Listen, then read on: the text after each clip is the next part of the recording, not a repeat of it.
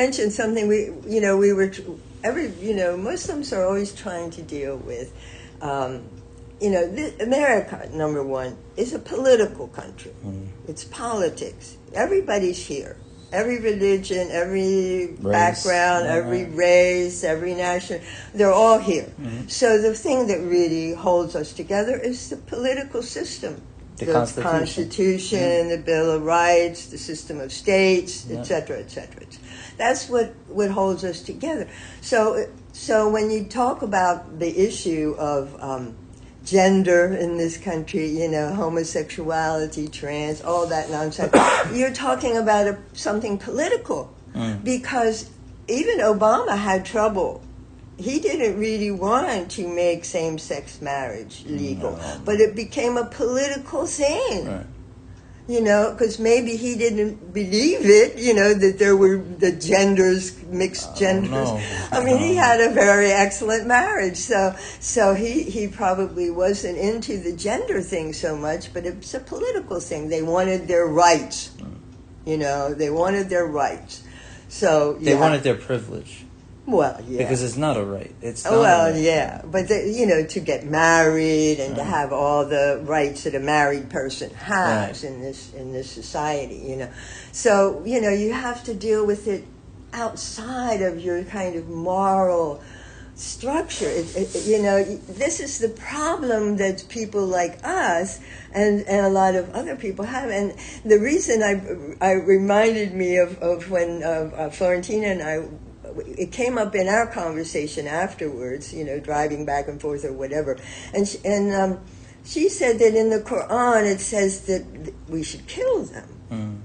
And I said, really? I don't remember reading that. Or if I did, it went out of my mind because, killing people is not something I tend to remember a lot, no matter what,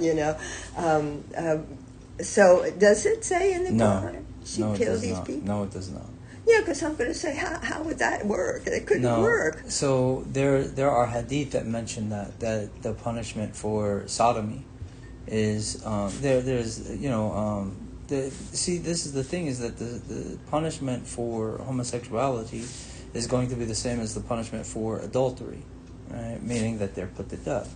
But it's not mentioned in the Quran at all. It's not mentioned in the Quran. No, I didn't think so. What's more is that we're talking about the same thing. We're talking about you have to have witnesses to this. Right. You have to have witnesses to penetration, not just, they were holding their hands and kissing. That's the punishment comes for sodomy. Right. And so if nobody has witnessed that, then you cannot put a had punishment on them. Right. The only thing that you said, and I have to disagree with you. Okay. And I'm sure as soon as I say this, you're going to say, "Of course I didn't mean that." But the politics have to be informed by our morality, and should be. Yeah, right. And so that's because you was like, it's politics, and we have to take our morality out of it and look at it as political. And I'm like, no, we have to, because our morality is supposed to inform and instruct our politics. Right. So it should work that way. It should. But the individual person can be moral even if the society is not moral. Absolutely. Although we are responsible to our society, as human beings. We are citizens of a society. We should bring our morality into the society. But, this is one of the big problems with things such as gay marriage. I don't even call it marriage. It's a civil union. Sure. The big problem with it is that whenever you pass a law that gives somebody a privilege, taking that back is hard. It's difficult. And so if all of the country right now said that, we recognize this was a mistake and we want to repeal these laws, it's an uphill battle to repeal the laws. Well, they did it with abortion without much trouble. It's been 20 years of trouble. It's been a lot of trouble. Well, it wasn't brought before the Supreme Court before. And that's I think that's the issue is that if we have a real problem with it, and we should, then we have to take it before the court. We have to take it before the courts as a people. Our biggest problem, and I really honestly believe that one of our biggest problems as Muslims in this land is that we wait for other people to do it. And if people do it, then they did a good job. And if they don't do it, then, nobody's doing it, and we complain. But we're not doing anything. We have never, and this is something I'm always trying to work on, is how to speak about this issue. Because, right now, all we have are extremes. All we have are extreme people. It was so refreshing to hear Bernie get on there and explain what really is happening over there, because everybody's just giving you the top layer. Well, the bomb hit, this hit. They're not giving you any depth, any reason, any history, any truth, So it was so refreshing to see Bernie get up and do it. Somebody has to. But we're in a time of political extremes right now, and nobody knows how to talk about things reasonably, sensibly, in a balanced way. And to talk about homosexuality or transgenderism or any of these things, you have to have thought about it. You can't just say, well, this is wrong, You have to have thought about, why is it wrong? What can we say? How can we explain it? Coming from a sacred point of view, coming from a point of view from Allah's teaching, from our Prophet's teaching. How can we put that into modern terms, to talking about it today? The closest I ever came was the Native Americans that I read about. They called the homosexual people contraries. Right. They lived contrary to the normal society, and they had to live on the peripheries. Right. They weren't allowed to live within the society. They had to live on the peripheries. They weren't hurt or kicked out entirely, and usually they had jobs to do. They became, Shamans, herbalists, right, or shamans or something useful. Right. And they didn't always have. It wasn't always involved with other sexes either. It was just certain attitudes and certain ways that they had that were not part of the normal society. Right. So they had to live on the peripheries. And but we can't do that, unfortunately. We can't do that for many reasons. One of the main reasons is that our society is too large. We're not. It's not a tribal thing. Exactly. Yeah. And so it would be very difficult to. What are the peripherals anymore? Exactly. Exactly. That's to put them in the suburbs. They'd be happy. But they're still contraries. Yeah, they are. And I think that one of the things that has to be realized is that. I don't believe in a gay gene. I don't believe people are born that way. And so one of the things that I say is that we have to understand that this is caused by something. There's a cause. And it's not necessarily, it's very easy to, they're sick in their head. They're traumatized and they have a mental illness or whatever the case. That doesn't work either. So right, and so the thing is that really trying to figure out what's going on, but then B, recognizing that this is a human being that's going through something. They're going through something, and respecting their rights.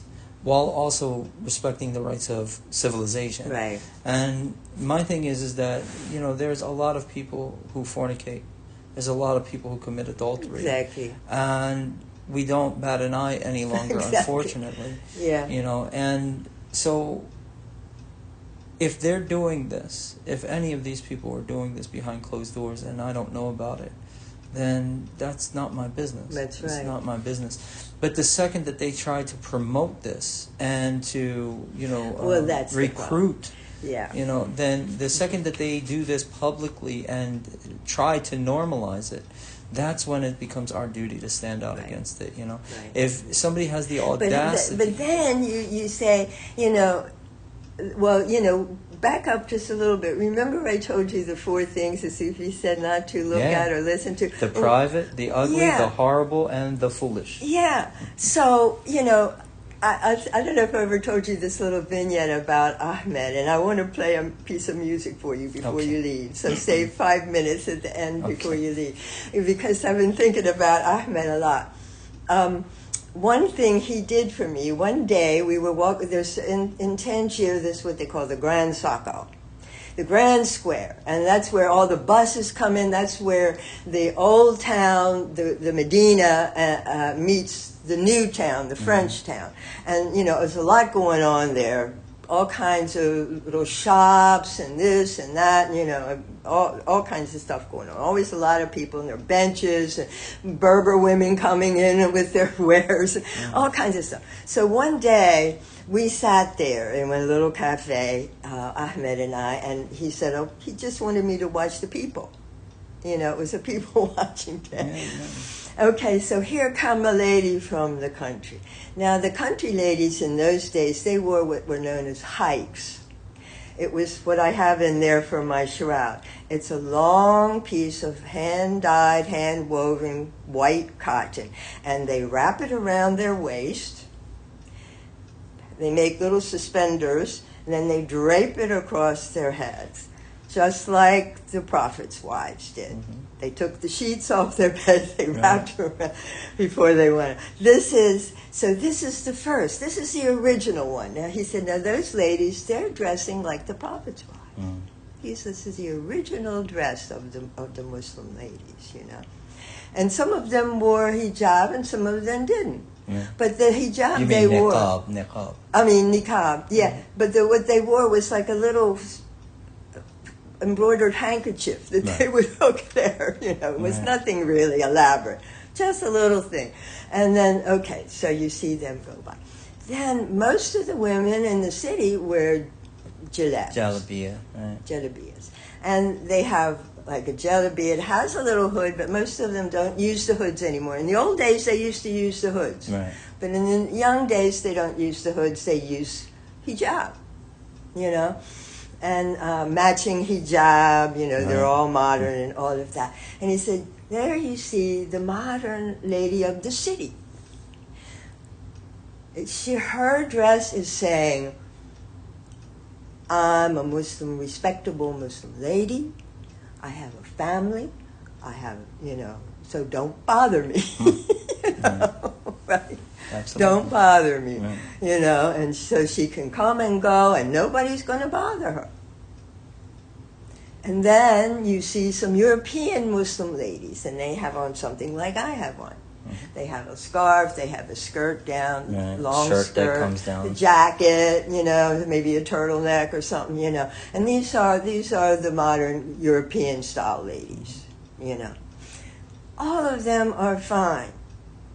All of them have their own particular flavor. Yeah, flavor and beauty to them. And you can understand why the country ladies dress that way, but the city ladies dress this way, and so forth. It all makes kind of sense. Why do the women bother with all of this regalia?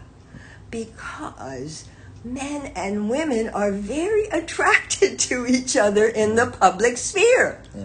So if you want to keep the public life peaceful, then it has to be the women. It's on them, I mean, men have to do their part too. They're supposed to keep their eyes down. They're supposed to dress modestly too. They have to do their part, But the women have to be very careful because they are more beautiful. Even the hair on their head is considered to be so beautiful. Everything about them is attractive. So you want to have a peaceful society, the women have to dress in this way, in a modest way. And he told me all this sitting there in the Sacco Square watching all the different people in their clothes. He was able, in his inimical way, I'm of course putting it in Rashidah's way. But I never forgot that lesson. And I wished I could have worn a jalaba in this country. I tried, but it draws too much attention, and you don't want that. Well, it's also, and this is one of the things that I find very important is that we have to, as American Muslims, we have to stop trying to look like other people. We have to stop going native for other people's cultures, Right. and actually present an organic Islam in our own culture, you know. And I think that's a key point that's missing in our society, in our communities, is our own expression of Islam that's within the boundaries of the Sharia. Right. It respects the Quran, it respects the Sunnah, it respects the teachings of Islam, but it also communicates our own identity as Americans. Well, you know, it's like you were saying, if the homosexual people kept their sexuality private, like sexuality should be. Right, absolutely.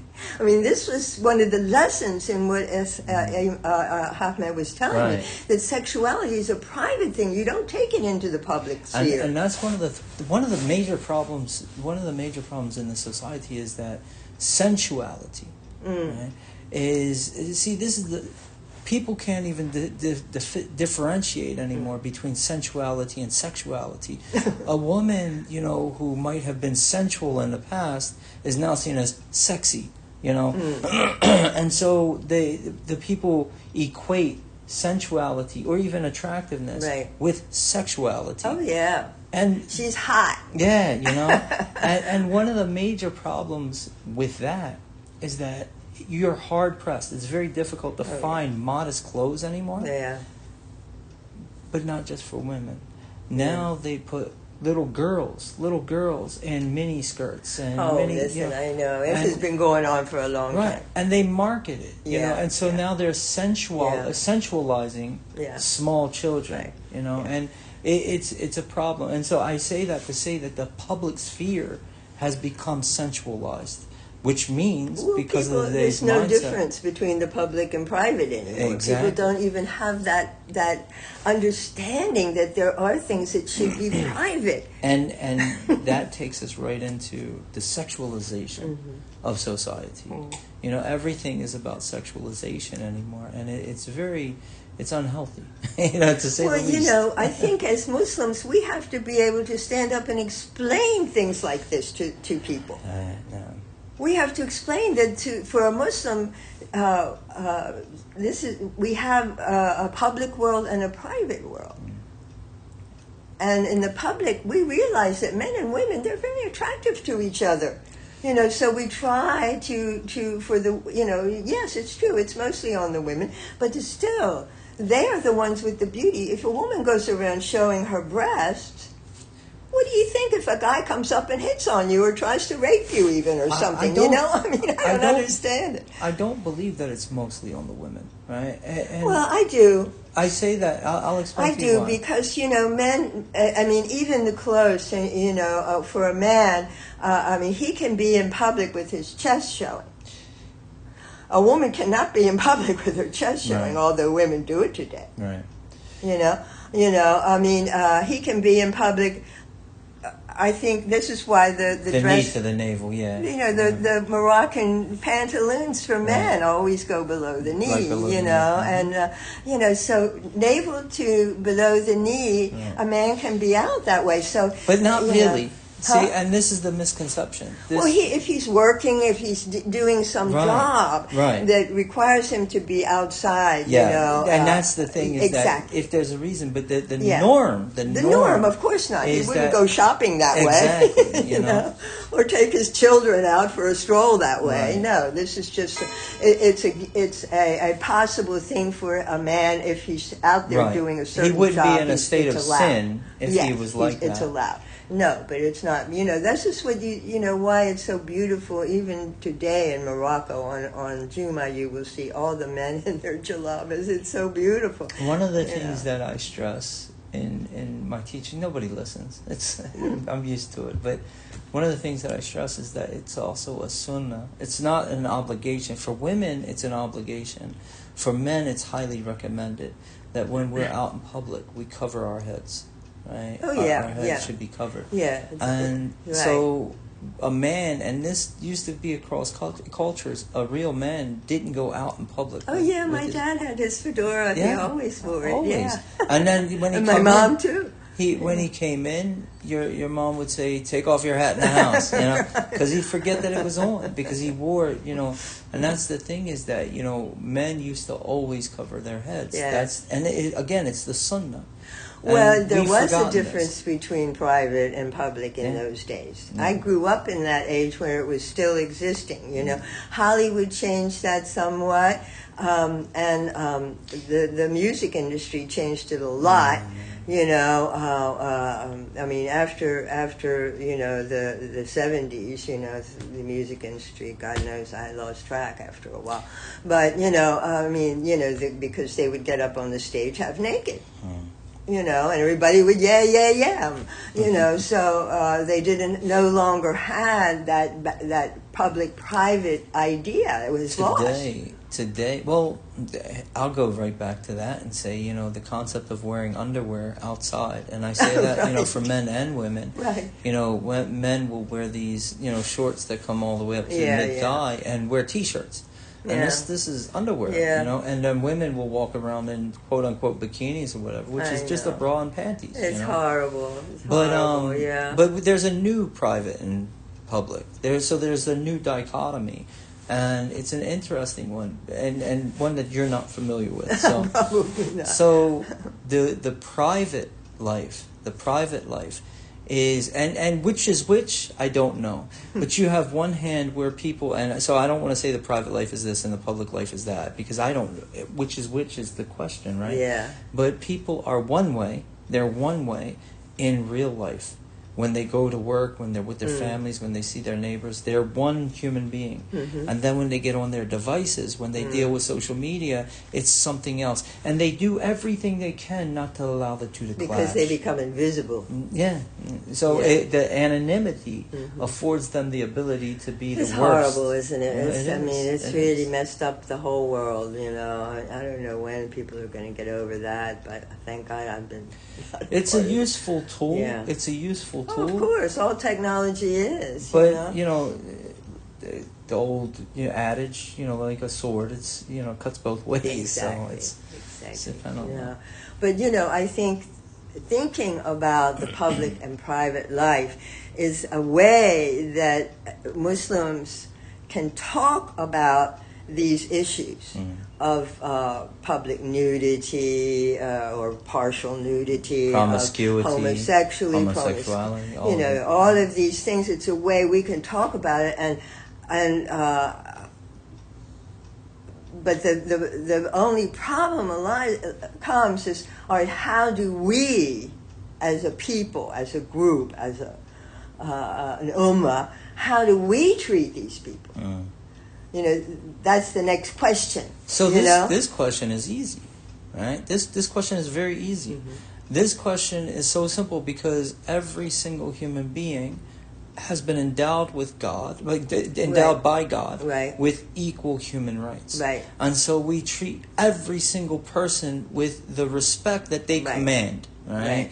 How they treat themselves, well, we don't treat them according to how they treat themselves, because that would be horrible. Exactly. But rather we treat them according to who we are. Exactly. And so we treat them with respect. According to our adab. Absolutely. Yeah. And then when they violate that, when they trespass the bounds, we enjoin the good and we forbid the evil. Exactly. We say, hey, you can't do that. You're not supposed to say that. Yeah. And what's more is that if they commit a criminal activity, then we seek to prosecute them. Not persecute, prosecute them. Right. But the problem in this society is that we don't have that. We don't have a system in place to prosecute what we know to be wrong action. And so the best that we can do is enjoin the good, forbid the evil, treat every human being with respect, and then step away from it. If they do this stuff out in public, don't be a part of it. Don't endorse it. Well, that's it. And I was talking to someone, I know exactly what it was. But anyway, someone was complaining about things, and I said, we don't need to be people who keep talking about it, because the more we talk about it, the more attention we bring, the more fuel we give to the fire. Right. Rather, just stay away from it. Don't smother it. Right. Assalamu alaikum and turn away. Yeah, exactly. Say peace and then leave. Yeah. If you don't have the ability to change it, at least don't endorse it. Don't be a part of it. I wish you would, at some point, write an essay about how we should respond to this. What should be our general tone, you might say, as far as the public world is concerned, and how we should respond to it Islamically. You know, the whole thing in this society where it's politicized. Everything's politicized. You know. And you know, I think we really need to deal with it in that way. And later on, I think abortion should be dealt with too, because you know there are valid reasons why a woman might have an abortion before the child is ensouled. Absolutely. You know, so all of that should be made clear. I mean, it has to be very strong, valid reason. Because it's the process you don't want to interrupt, of course. But, you know, there's all kinds of things going on in life. In the course of my studies, we had one of the courses that I had to take for you know, my degree was the fiqh of novelties. Fiqh of novelties, like new issues. And abortion was one of those things that we had to learn about. You know, what is the fiqh of abortion? And, you know, the strongest opinion, not the only opinion, but the strongest opinion is that it's permissible with a reason, with a justified reason, up until the end of the first trimester. And then after that, it's only permissible, but it's still permissible, in order to save the mother's life. Well, I could see that, but you know, that has to be clarified, because the way it is, since this thing of, you know, now it's a ban or whatever they did, the Supreme Court did, it's all on the woman now. Poor woman. If she's been raped, if the husband ran out on her, if it was a mistake, incest. She's all there alone, she can't support herself. I mean, it's just totally unfair that it should all be on the woman. And this idea of saying that an embryo is a human life, we have to very clearly say it's not a human life until it's ensouled. It's a fetus, it's a part of the woman's body. It cannot live outside of her body, you know, until it's ensouled. A fetus cannot live outside of a woman's body. So my thing is that, you know, we learn these things. Like, people who study learn. And there's classes, I think, that people, like, I you know, I don't like finances. Like, I'm not an economist, right? Me either. And so thank God. So Allah that's a has course provided us. I did my studies in that course. I did the coursework in order to get through it and pass. But I wasn't passionate about it at all. You know, I did what I had to do to finish that particular coursework. And I think that people treat the fiqh of novelties like that sometimes, and so they read and they just pass on and they don't remember. But my point being is that the person who studies fiqh, they should know this. But the commonality, the laity, it's not being given to them, and that's part of the problem. And so it should be a part of common knowledge that this is the way things are. But I do want to address something about abortion, and that is that the whole entire issue of abortion goes back to what I was saying about men being men. And that is that, you know, women are preyed upon. They're preyed upon. And because of that preying upon women, where are the men that are supposed to be defending them? Where are their fathers and their brothers and their sons even? And so where are these men that are supposed to be protectors of women? Now you have men who, you know, Little Red Riding Hood, you know, they are the wolf, you know, waiting to devour her. And now she's left in a situation where she has to choose abortion or not, you know. And so it is left on the shoulders of women, but it's the fault of the men, and not the men. Understand, I'm saying it's not just the fault of the men who preyed upon her. It's also the fault of her family, who wasn't there to protect her from this wolf in the first place. But you know, it's all politics in our country. So much just comes, you know, down to that lower common denominator politics. You know, what party? Who are you for? Who are you against? I mean, all this nonsense that we're dealing with right now. You know.